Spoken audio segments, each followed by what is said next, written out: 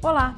Nesta edição, vamos falar sobre áreas em que o governo de Minas está muito otimista, apesar de críticas de parlamentares da oposição a Romeu Zema. Turismo e cultura teriam bons resultados mesmo com a pandemia. E na infraestrutura e mobilidade, a promessa governista é de investimentos que há bastante tempo os mineiros não viam. Eu sou Cláudia Gabriel e este é o Assembleia em Destaque, que mostra o impacto na sua vida dos assuntos discutidos no Parlamento Mineiro.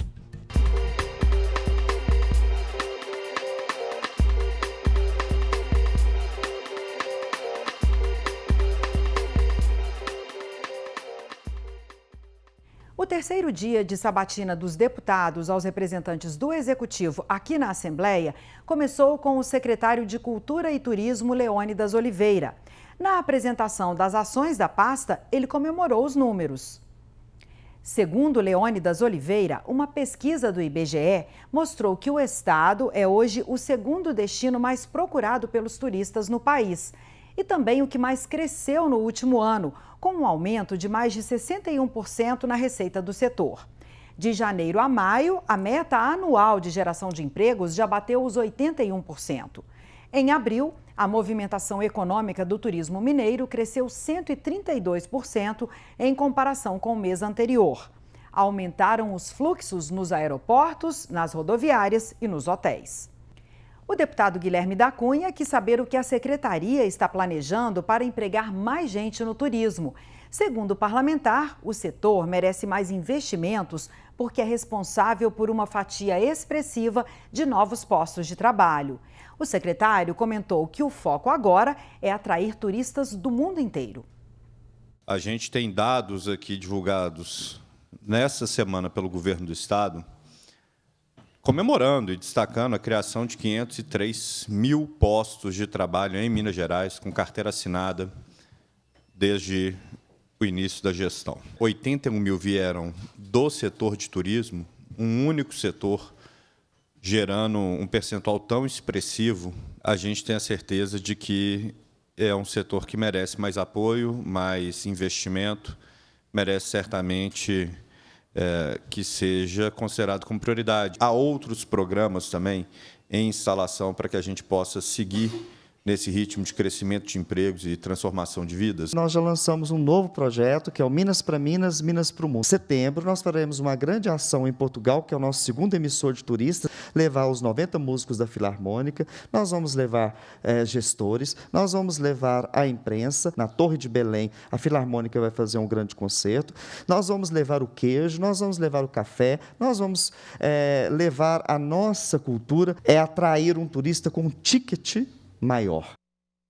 Outro tema que surgiu na reunião foi o turismo de eventos, que tem crescido no estado, principalmente com festas que unem cultura e gastronomia. O deputado Roberto Andrade quis saber sobre a ocupação de espaços públicos para receber grandes eventos em Minas e se disse preocupado especialmente com melhorias no ginásio do Mineirinho, em BH. O secretário contou que depois do isolamento na pandemia, os eventos voltaram com força, principalmente aqui na capital. 10 milhões de reais serão destinados via lei de incentivo no edital da CEMIG, que ainda está recebendo inscrições. Leônidas Oliveira anunciou ainda um festival previsto para agosto que vai reunir atividades nos municípios da região metropolitana de Belo Horizonte. Sobre o Mineirinho, o secretário informou que uma empresa já foi aprovada em edital para ocupar e gerir o ginásio. A concessão é como se fosse um aluguel do espaço público para a iniciativa privada. No caso do Mineirinho, o prazo previsto dessa concessão é de 35 anos. Com isso, segundo o secretário, o local deve ser reformado em breve. O secretário também falou das ações voltadas para a cultura no estado, com destaque para os projetos que visam a descentralização dos recursos, que até então ficavam concentrados em Belo Horizonte. Nesse sentido, a secretaria também tem trabalhado na capacitação dos agentes culturais.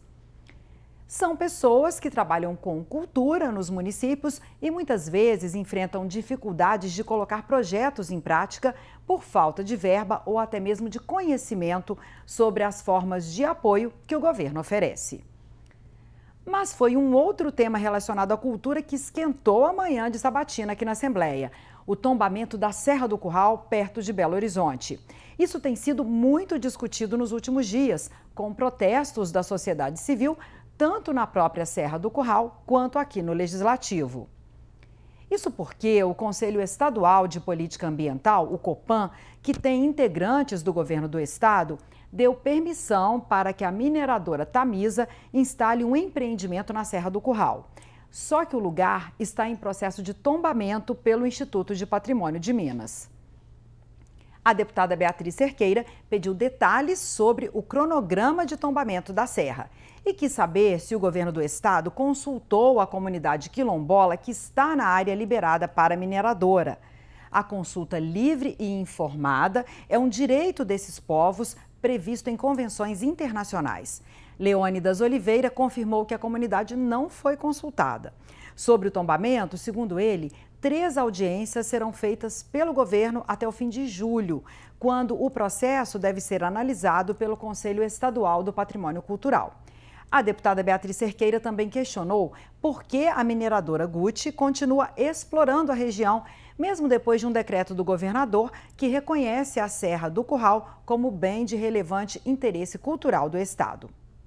Estão saindo da serra diariamente 12 caminhões cheios durante o dia. Quando chega de madrugada, a atividade se intensifica, chegando a 40 caminhões que saem toda madrugada, com decreto do governador dizendo que a serra está protegida, com a portaria do IEFA dizendo que está tudo protegido. Então, nós estamos alertando de que não está. Sobre a mineradora Gucci, o secretário afirmou que o Instituto do Patrimônio Histórico e Artístico não pode impedir o andamento de atividades autorizadas antes do decreto. Daqui a pouco, o que o governo de Minas pensa para o estado na área de mobilidade urbana? A polêmica do Rodoanel esteve de novo no parlamento. Não saia daí, eu volto já já.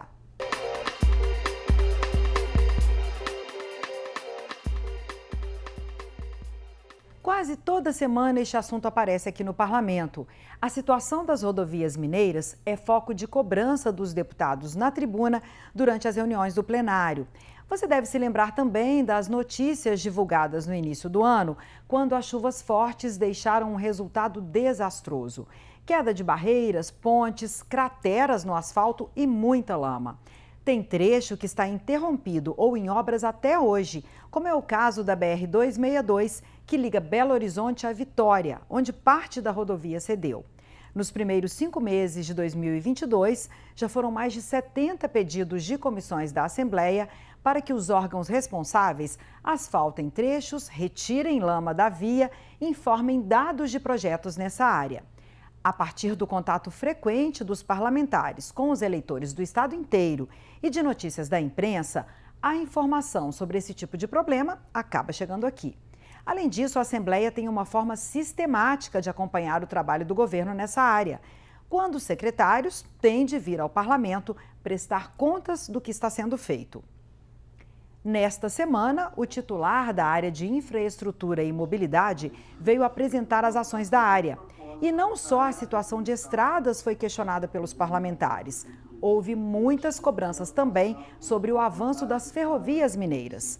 Fernando Marcato destacou que o governo tem o maior programa de investimento em infraestrutura rodoviária dos últimos 10 anos. O governo afirma que são mais de 2 bilhões de reais destinados ao asfaltamento de estradas de terra, obras em pontes e recuperação de vias. Mais de 100 empreendimentos no total estão previstos para as rodovias. 60 já estão em andamento e os demais em fase final de contratação da execução das obras. O secretário acredita que demandas do estado em relação às ferrovias devem ser aceitas pelo governo federal, já que se baseiam no Plano Ferroviário Estratégico. Outra aposta da área são as concessões de rodovias estaduais, ou seja, passar para a administração de empresas privadas essas vias. Segundo Marcato, 3 projetos já foram viabilizados e outros 3 estão em andamento. São previstos mais de 23 bilhões de reais para as concessões. Apesar de apresentar um cenário positivo para as estradas mineiras, o governo ouviu cobranças do deputado Gil Pereira para agilizar obras no norte de Minas. Está fazendo a terceira pista de Bocaiúva até a cidade de Corinto, mas é muito importante a duplicação de Montes Claros a Bocaiúva, Bocaiúva-Montes Claros, o trânsito está enorme naquele trecho. Da mesma forma, né, de Corinto até a 040, nós, contribuintes, estamos pagando pelo pedágio, mas é só pedir celeridade mesmo, porque com o piso melhor, mais movimentos, mais carretas, infelizmente, né, tem tido os acidentes, inclusive com vítimas fatais.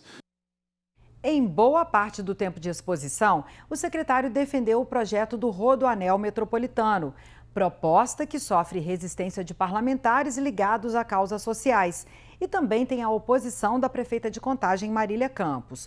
Nós já falamos aqui no Assembleia em Destaque sobre a controvérsia dessa obra. O debate antigo ganhou maior proporção quando os parlamentares opinavam para quais projetos do governo de Minas iria o dinheiro do acordo da Vale.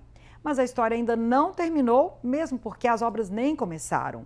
O edital já saiu e a concorrência pública para selecionar a empresa que irá construir e administrar o trecho é no dia 28 de julho. Em maio, parlamentares da Comissão de Direitos Humanos foram à Contagem, aqui na Grande BH, no bairro Nascentes Imperiais, que será cortado ao meio pelo Rodoanel. Eram muitas dúvidas sobre quem perderia a casa, sobre a indenização, entre outros pontos. A deputada Beatriz Cerqueira questionou a abertura do governo para o diálogo, os impactos do traçado escolhido e a necessidade da obra. Ela lembrou as críticas de movimentos sociais sobre a ausência de participação em todo o processo. E me permita discordar da avaliação apresentada pela secretaria aqui desse Assembleia Fiscaliza. Me pareceu, no momento em que foi apresentado um processo extremamente democrático, participativo, escutou todo mundo, não é essa a realidade. Inclusive, o relato final é de que tem um posicionamento na casa do acompanhamento de uma frente parlamentar. Esse não é o único posicionamento dessa casa. Eu já presidi 3 audiências públicas na Comissão de Administração Pública, em que movimentos socialmente organizados foram e continuam sendo muito críticos ao método, ao traçado, à dinâmica e à ausência de participação popular na definição dessa importante política. O secretário comentou a situação do bairro Nascentes Imperiais. Uma visita emblemática que fizemos foi o bairro Nascentes Imperiais, em Contagem, que é um bairro que vai ser cortado pelo Rodoanel, e que a demanda da população, após 2 visitas que eu fiz lá com a comunidade, é justamente de que, naturalmente, que ninguém quer ser desapropriado, né? Mas o que a população nos disse é que, se o bairro fosse regularizado na perspectiva fundiária, né, isso seria possível que eles recebessem a devida indenização, né? Então, esse é um compromisso assumido, que o Estado vai custear os estudos para a regularização fundiária e eventuais investimentos que sejam necessários. Isso fica já como uma condicionante do projeto, e eu já enviei à Prefeitura de Contagem um pedido para que isso seja feito em conjunto. Afinal, cabe à Prefeitura fazer a regularização final da área. Fernando Marcato afirma que entende o impacto da obra, mas que todo o processo foi amplamente dialogado com a sociedade. Segundo o governo, o traçado final só foi definido depois de ouvir ambientalistas. E, no passado, um projeto semelhante teria obtido o licenciamento. Não se justifica para os técnicos mudar o traçado, porque quanto mais longe da capital, menos interessante a nova estrada se tornaria para os caminhoneiros, por exemplo, já que um dos principais objetivos da obra é justamente diminuir o fluxo desse tipo de veículo nas vias mais usadas pela população em geral.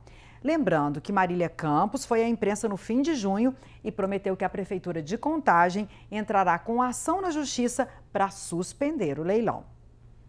O secretário destacou a atuação da Assembleia nos últimos anos para o avanço da questão das ferrovias. A comissão extraordinária sobre o tema, como nós já falamos aqui algumas vezes, foi fundamental para começar a mudar o cenário nessa área. Foi dos deputados a iniciativa de criar um órgão dentro do governo de Minas para cuidar do tema. A Superintendência de Transporte Ferroviário da Secretaria de Infraestrutura e Mobilidade surgiu no momento em que as renovações antecipadas das concessões federais estavam ocorrendo e as propostas de investimentos bilionários sobre a mesa da ANTT negligenciavam o Estado. Além disso, os parlamentares destinaram recursos do orçamento para estudos sobre a manutenção das linhas existentes e para implantação de novas. A Assembleia também aprovou uma lei do deputado João Leite, presidente da Comissão Pró-Ferrovias, criando a política estadual e o sistema estadual de transporte ferroviário. Um dos instrumentos previstos é um portfólio de projetos com mecanismos de participação social. Também foram incluídas na Constituição Mineira medidas para fortalecer o setor. Agora, trechos podem ser explorados por particulares sem a necessidade de estudos ou licitação, o que deve facilitar o investimento e o surgimento de linhas. O patrimônio cultural ferroviário também foi protegido por lei. Outra conquista da comissão foi a elaboração do Plano Estratégico Ferroviário pelo governo, com a participação de técnicos do Executivo e da Assembleia, além dos parlamentares. Saiu, inclusive, desse plano uma iniciativa muito comemorada pelo presidente da Comissão Extraordinária Pró-Ferrovias, o deputado João Leite. Com base nos estudos, o governo negocia a inclusão, no processo de renovação com a Ferrovia Centro-Atlântica, de uma ligação entre Lavras e o Porto Seco de Varginha, um local com grande volume de produtos a serem comercializados, tanto para importação de mercadorias como exportação. A medida deve impulsionar o escoamento do café no sul de Minas. Nós temos hoje por rodovia um escoamento de 30 mil contêineres de café do Porto Seco de Varginha. Com esse trabalho que o secretário está realizando, passa para 200 mil contêineres de café por ferrovia. Isso é importante demais em relação a todas as questões, né? É um frete mais barato, faça uma conta aí de 15 vezes mais barato o frete ferroviário do que o rodoviário. Então, é muito importante. A gente esperava muito isso, que acontecesse. Os parlamentares já oficializaram algumas cobranças ao Executivo na área da infraestrutura e mobilidade. A primeira é para que o Estado cobre da Vale a ativação do segundo par de trens de passageiros na Estrada de Ferro Vitória-Minas. Os deputados também querem saber as intervenções que serão feitas nessa linha.